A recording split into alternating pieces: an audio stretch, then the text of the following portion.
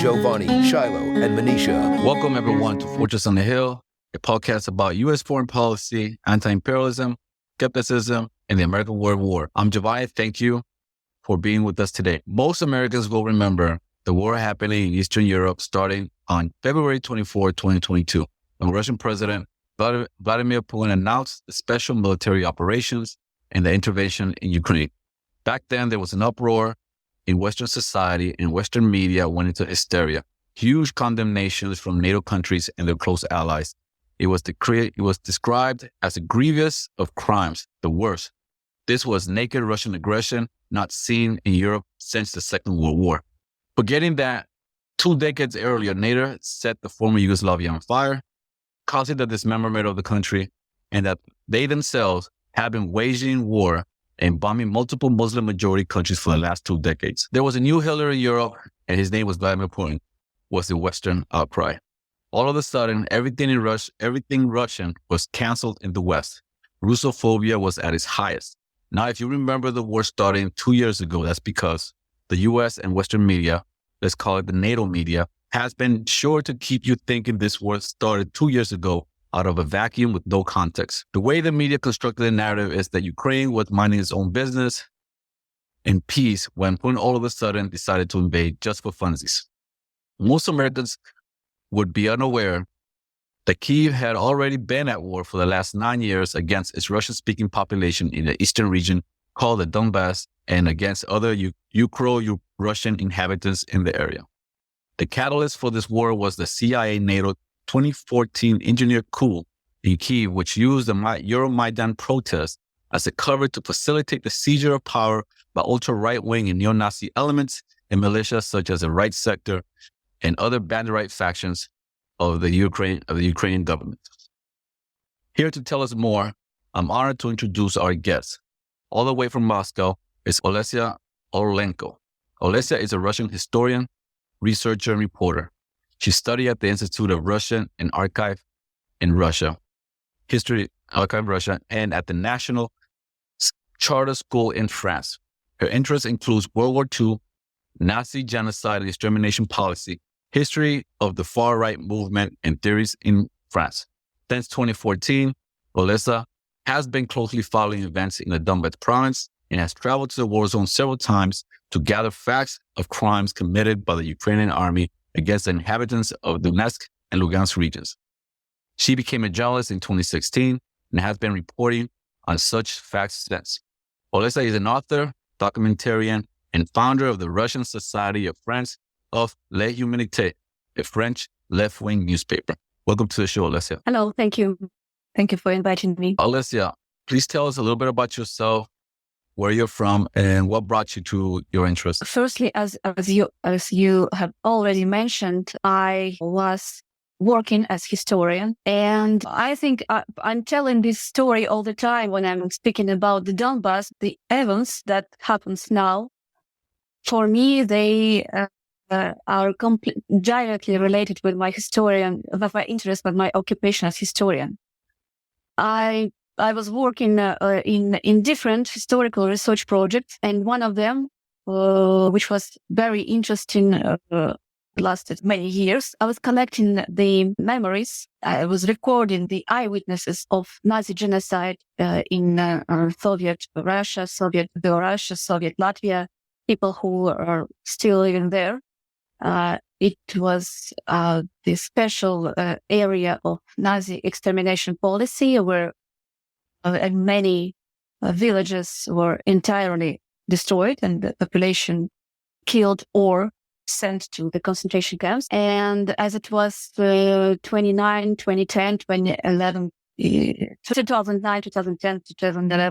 years, so it was quite a long time ago, we could still find those who were children at the time of World War II, people who had 10 years, 9 years, at this time. And we made quite interesting work with a lot of recordings, many thousands of interviews. Of course, I wasn't alone. I was with my colleagues, and we were spending all summer actually in those areas by traveling village to village. So very interesting work, very rich and very important, I think. When in 2014, all those Maidan story and the war in Donbass began, I recognized when I was following the news and when I was speaking with the people the people I know who lives in Donetsk, what they were talking, how they were describing what happens, I really recognized that I've had a really deja vu feeling. I heard this before from different persons and about different time, but for me, it was so obviously that history repeated. And I started to do the same thing that I done some years ago. I started to record the information about what happens. So making a list of facts. And me and some colleagues of mine, we started doing this work. Well, it was like just for ourselves. It wasn't the institution or something. So we just started to make this, and then we created the Facebook page, but of course it's not official organization, just a Facebook page for fix and to make reposts of some news. Will disappear. They're passing away all the time. And actually in 2014, we were hoping that it will stop the day. We haven't had an idea that it will last for years, all this war and this confrontation. We decided to proceed with our work. We started to find other people who could help us. We started to find other people in Donetsk. As I told you, I've been in Donetsk in Soviet time as a child, and I know people there from there. I know people who are at the age of my parents, and they had their children as well. Some of them evacuated just at the beginning of the war because it was very violent. But some of them stayed there, so I could really get the information directly from the place. And as everything evaluated in the bad sense of this word, I'm still there. I'm still doing this kind of job. I'm still doing this kind of work. But of course, we now have our team, because since 2014, some of my colleagues went away because by specific occupation. And actually, those events bring me to the because I wanted to find journalists from the other country who share my views, my opinions, and I found them actually. 2016, I found them. And I was optimistic at the time. I was optimistic. I thought that really sort of mobilization, social activist mobilization could really contribute to change things to better. But unfortunately, it wasn't. And now, after the beginning of special operation, I'm going myself to the place. And even the special operation, I was in Donetsk when special operation began. I was with the French journalists there.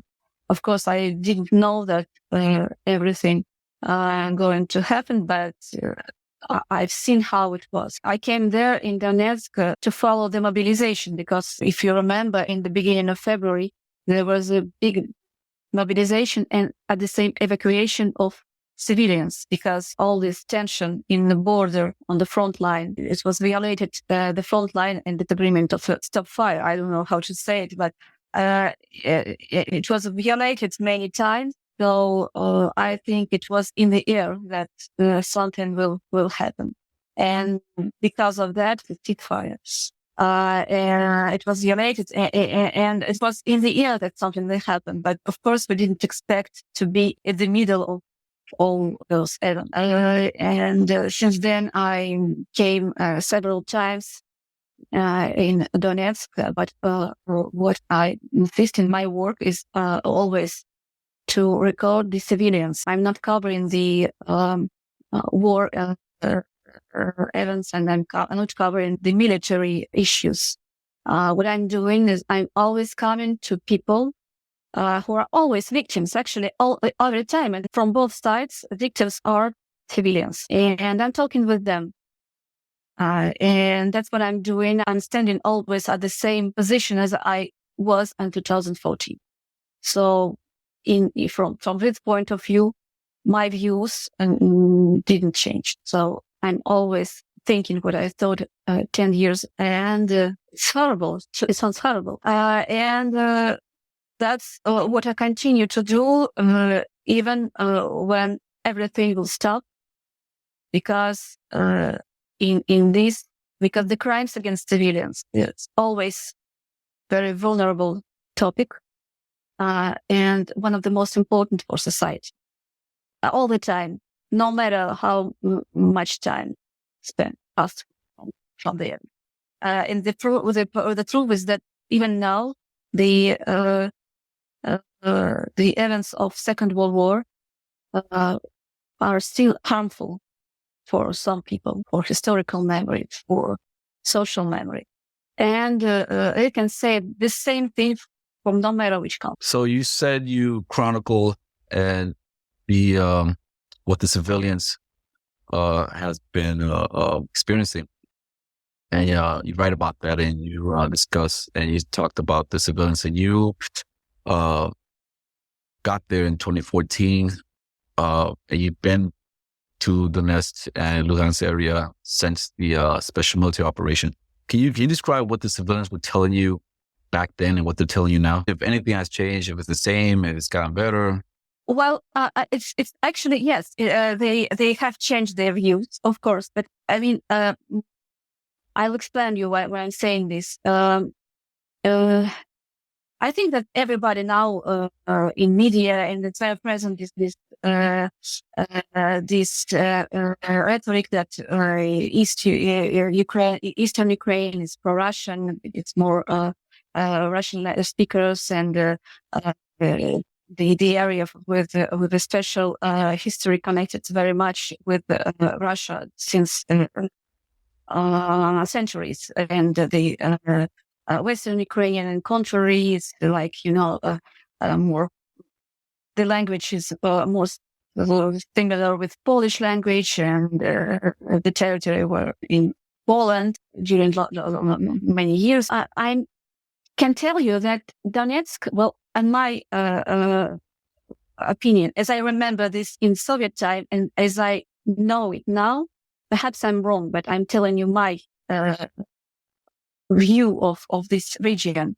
It's absolutely a double-speaking region. Even between my friends, I can tell you that even they speak Russian in bilingual. Yeah, they are bilingual. And if they speak Russian in their family, they are absolutely capable to speak Ukrainian.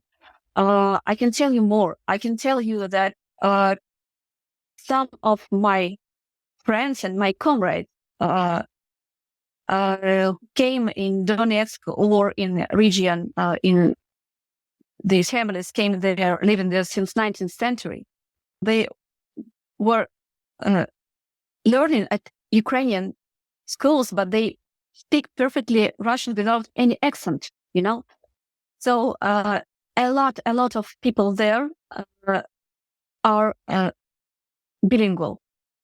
And I'm not saying, of course, it's even in the cities, and I'm not saying in villages, because if you come in village, of course, you will hear all this mix of Russian, Ukrainian, and very, very different languages and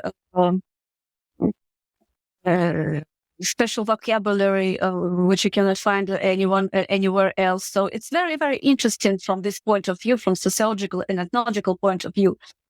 But this confrontation.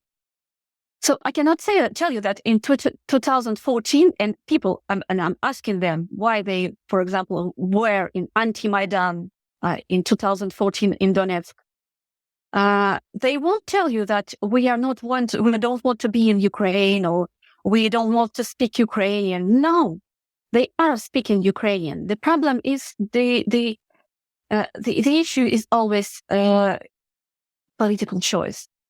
As people understand, because the political choice is when you say this, you should understand that the politician who will sign the agreements or who will talk with the leaders of other country, and the person who lives in Donetsk going to work at the I don't know, at the factory or no matter, or who live in a village. They have different understanding of this political choice, how it was explained to these people, because that's always the matter of the state. Keep the country together. You really need to make all citizens to understand that they are citizens of this country. And I think that 2014, it's a big failure of the Ukrainian state. This failure didn't occur in 2004 because it's the consequence of the previous evolution. But in 2014, it was the sign that the Ukrainian state made a big mistakes before, and it's not capable to keep the country together. If you hear what people were saying in 2014, the problem is not what it was thinking about the Kiev war, about the government, but when people saw that there is an army, people from Donetsk, or I don't know, in Lugansk, for example, that people from Lugansk, well, they saw that the army, the citizens of the same country, they speak in the same language, when they come to shoot them, when the first blood started to appear and the civil war was operated in Kiev, because Kiev made a choice to keep the country together, the government made a choice to start the civil war. So this choice made a really split between Ukraine and people from Donbass and Lugansk and Donetsk areas, territories. They started. The split started there, from this civil war. And 2014, I really heard voices that we need to stop it. We need to stop fire. We need really to find another solution. In 22, when I came there, the discourse has absolutely changed. In this case, the discourse of people, when you go to the magazine, to the street, when I stop people, when I talk to them, they are saying that I don't want to be, and many friends of mine says that Ukraine killed Ukrainian in me. So I cannot be in this state. So their political choice were determined by policy of Kiev. That's what they say. That's why when it was the referendum, our colleagues followed really very much this referendum. I think this referendum about the self-determination and about to enter in Russia in September of 2022, I think it was really fair. Maybe it sounds for those who listen to us unacceptable, but it's really fair because I met all the time. I haven't ever met in my displacement in Lugansk and Donetsk. I haven't ever met someone who can say that, no, I don't agree. I don't want to be in Russia. So all of them were dreaming about Russia because they had their reason. People was thinking that it will resolve the problem and they help them in their situation. They were during 8 years in a humanitarian catastrophe. And of course, only solution they seen, the Russian choice. So I think that instead of resolving the problem, the Ukrainian government chose to make things worse. And as well, the big failure of the Ukraine. Many people I know in 2014-15, they were trying to leave the area of Donbass, and they wanted to evacuate it somewhere. And many of them chose Ukraine.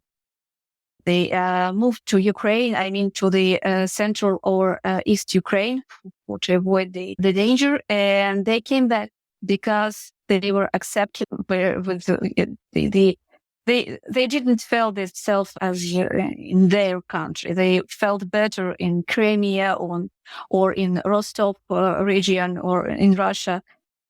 Many of them left the central and eastern Ukraine and moved back in the east. Of course, there are people who evacuated and who made the choice to stay in Ukraine. I keep in contact with some of them. And I'm keeping contact with my Ukrainian friends and comrades who are still in Ukraine, but their situation is very complicated. Some of them stayed in Ukraine because they couldn't leave. Now they are hiding from the mobilization. Anyway, the situation is very hard, as they describe it. And some of my friends are now in Ukrainian prisons, and with some of them we really can hardly communicate, because 2 years now they are in prison. So know that in 2014, after the coup, the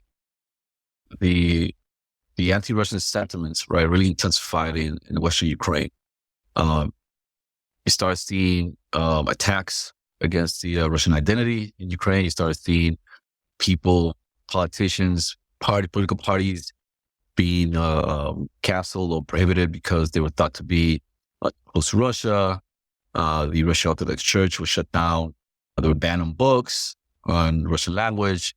You saw trade unions in Odessa, for example, they barricaded themselves in their office building, and a mob, an anti-Russian mob, pretty much set the building on fire and killing all 80 of them.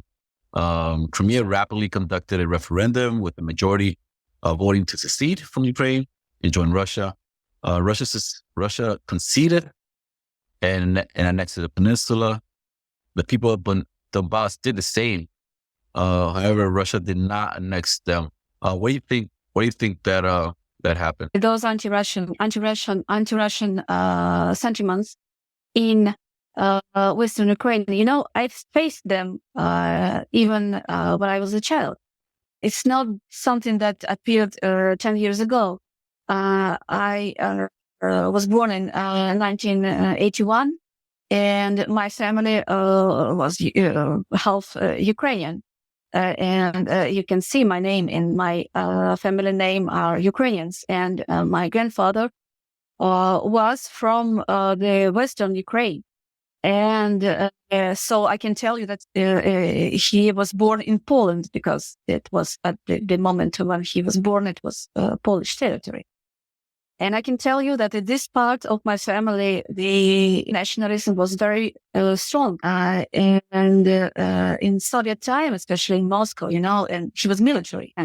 And it wasn't exposed too much, it wasn't the topic of family conversation. But I really, I do remember the anti-Semitic speech, this phrases. I didn't make any attention to that, but I remember that it was really the reason of the confrontation with my mother and father sometimes.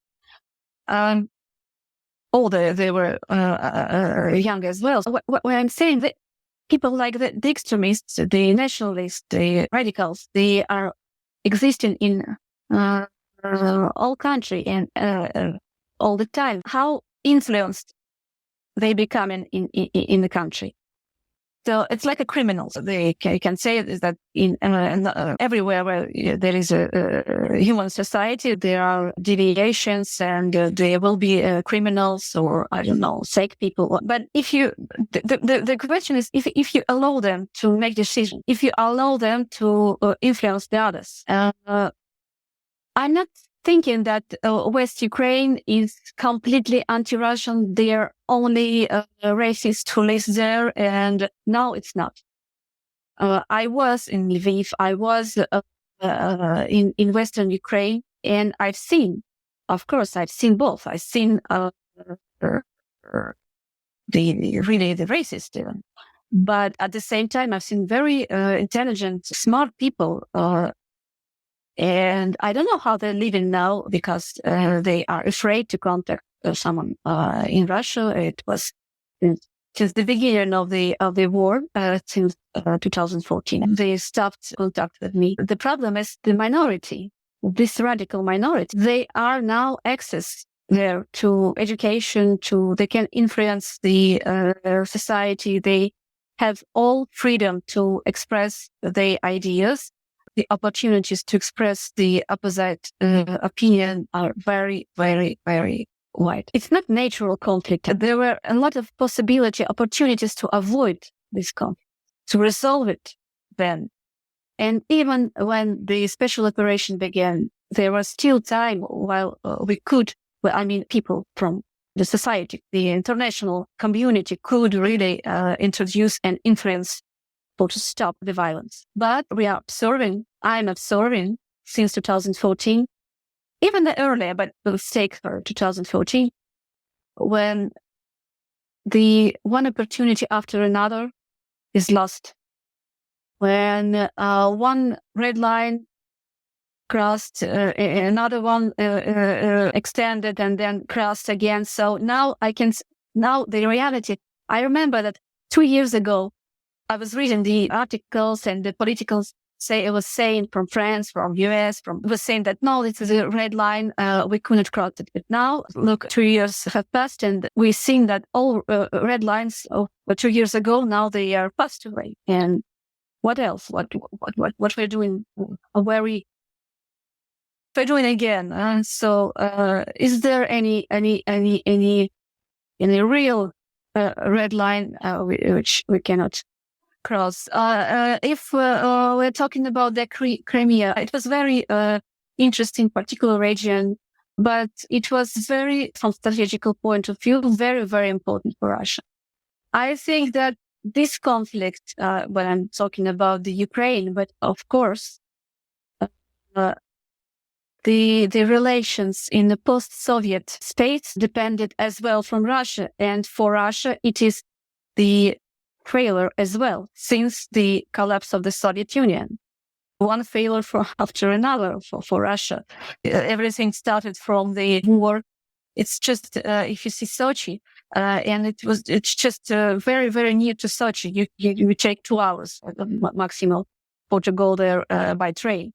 And I visited Abkhazia as a journalist as well. I've seen it's a disaster. It's absolutely abandoned, very, very rich region.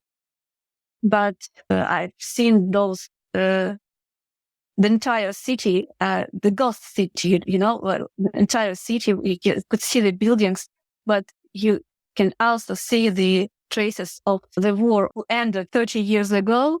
You still can see the traces of fires, of destroyed buildings, and the whole city is abandoned.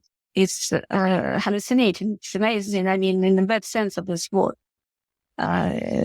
Even there, I've seen that about 9 or 10 persons still live there. Of course, the old one. I really, of course, Abkhazia, it wasn't the first war, but I mean, for the first war after the collapse of the Soviet Union.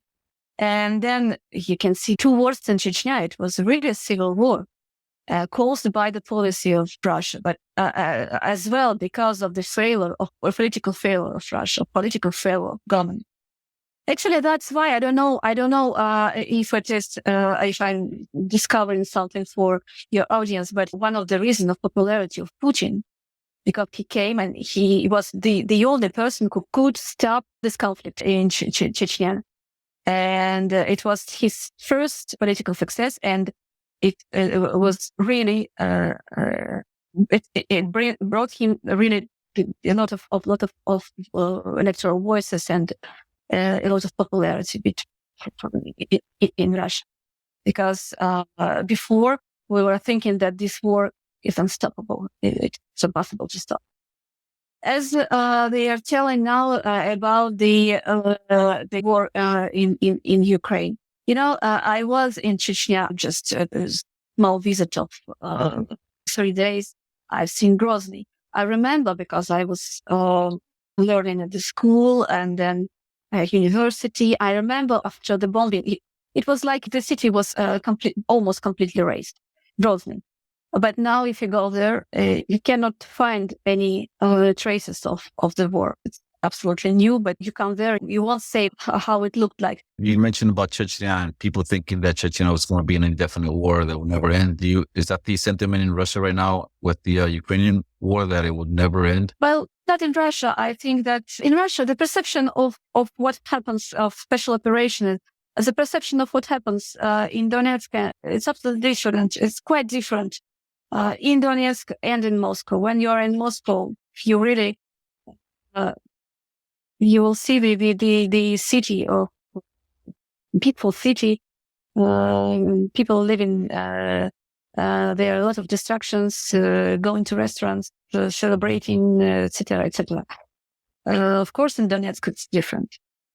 And that's why when people from Donetsk come in Moscow, they say that we have an impression that we are, well, that it's really, that is not real what happens there back home. But, of course, there is a sort of depression in many regions of Donetsk.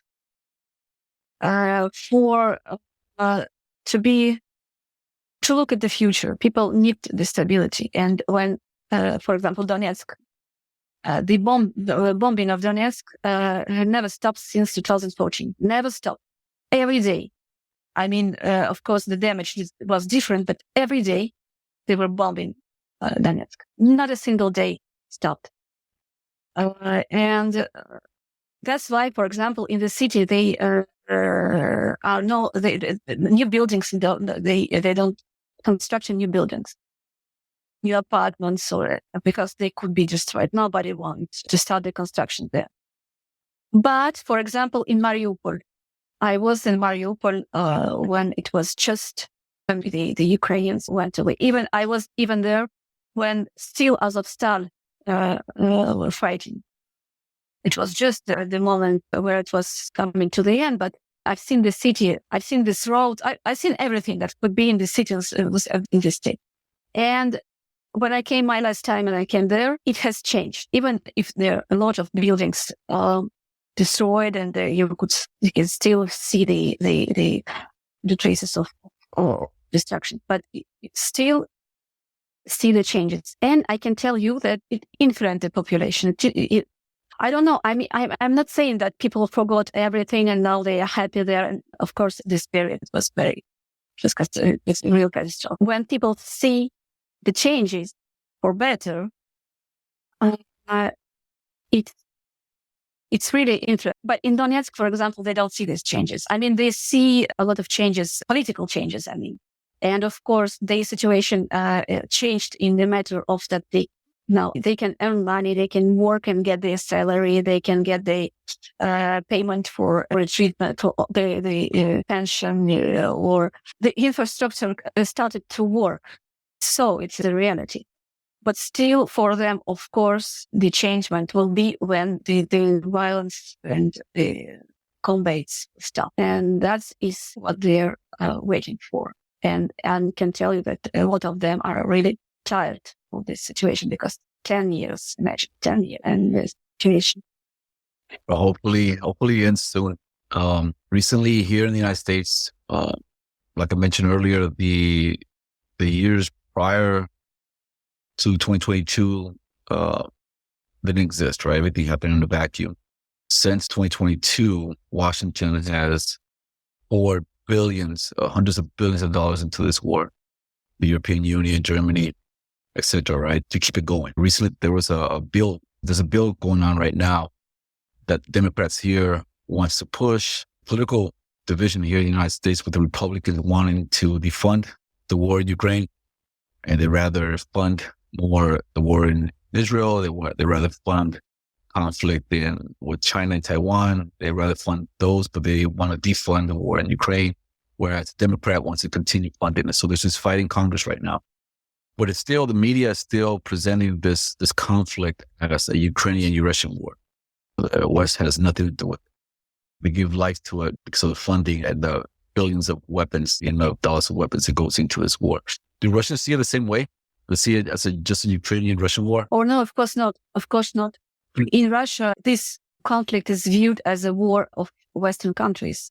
And I can tell you, even in Russia, there is a tendency to see the Ukraine as a victim. I mean, Ukrainians, not the Ukraine as the government, but the Ukrainian people to viewed in Russia as a victim of the policy, Western policy, United States, of course.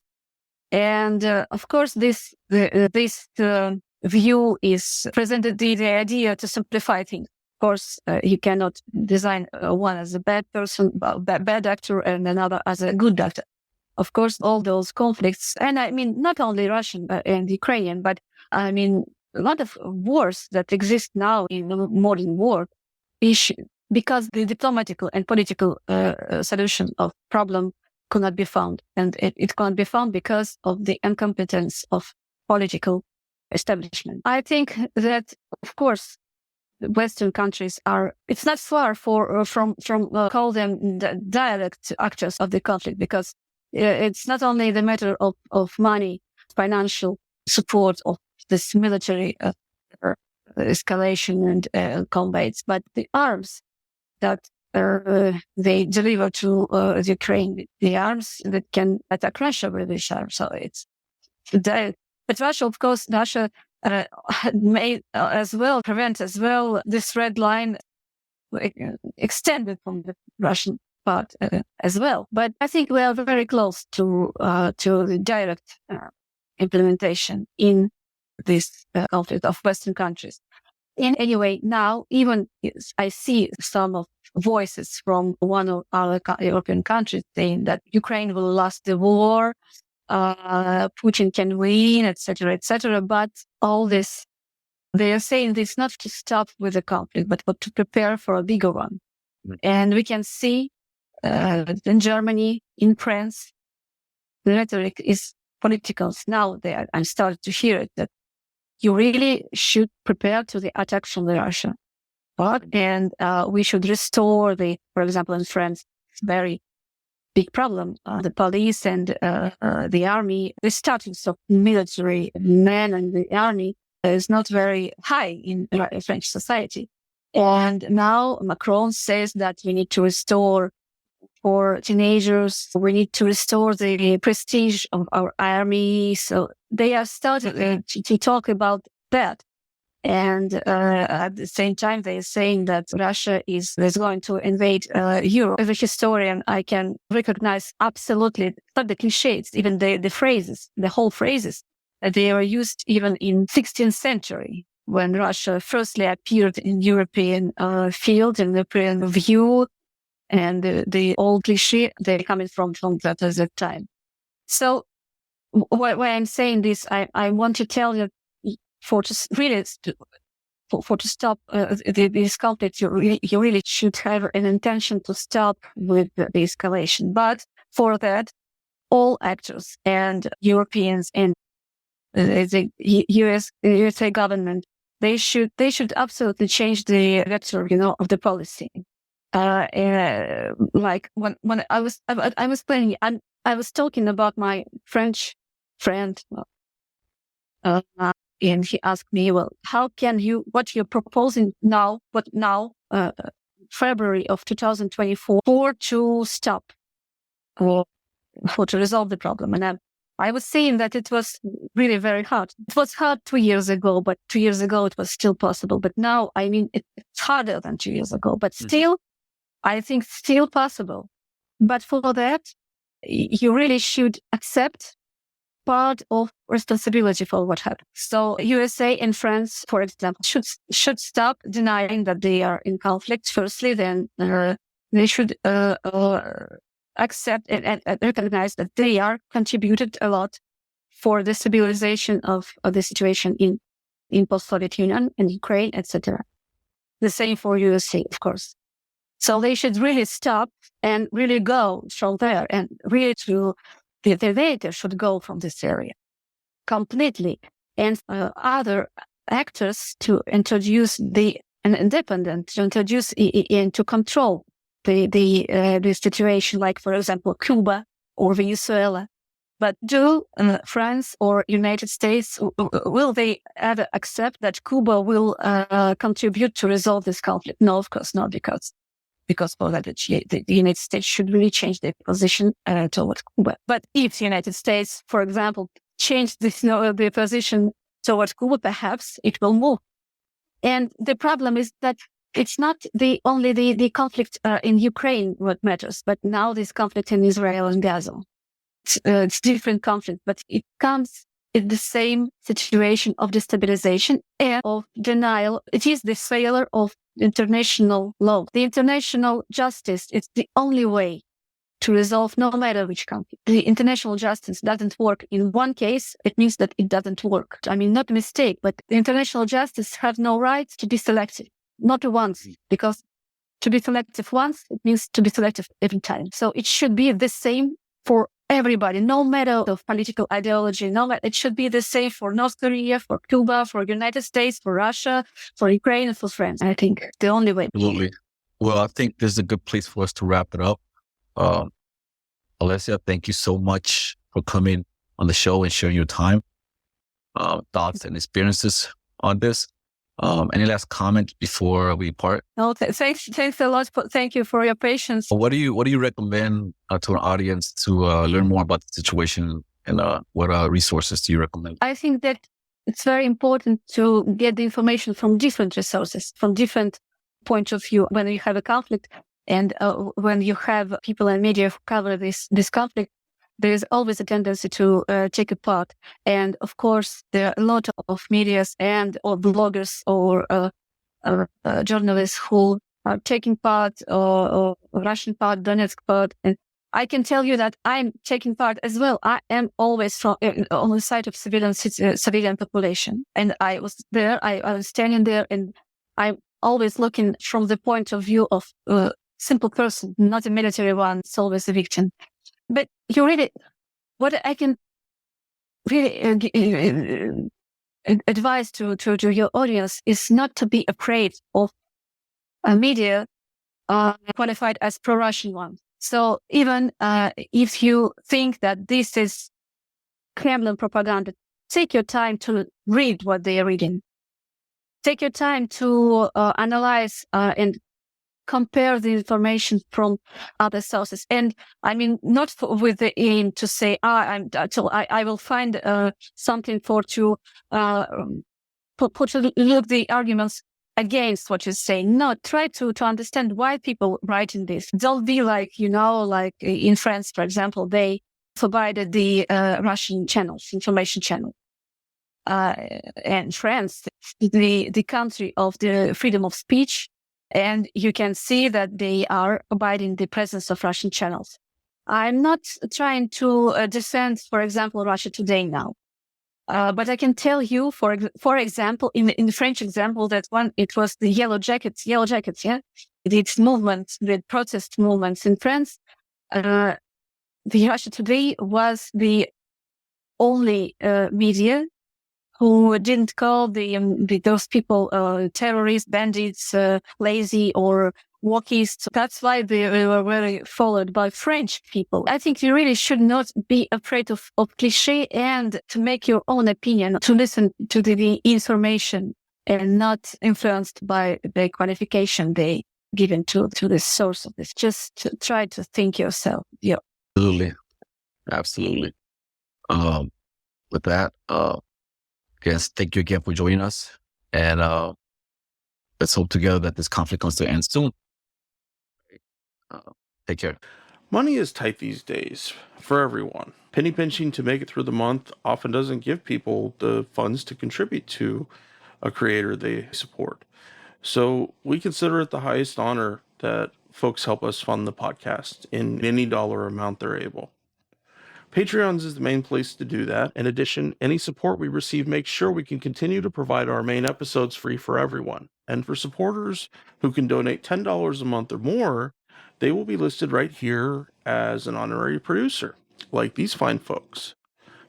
Fahim's Everyone Dream, Eric Phillips, Paul Appel, Julie Dupree, Thomas Benson, Janet Hansen, Ren Jacob, Scott Spalding, Spooky Tooth, and Helgeberg. However, if Patreon isn't your style, you can contribute directly through PayPal at paypal.me/Fortress on a Hill. Or please check out our store on Spreadshirt for some great Fortress merch.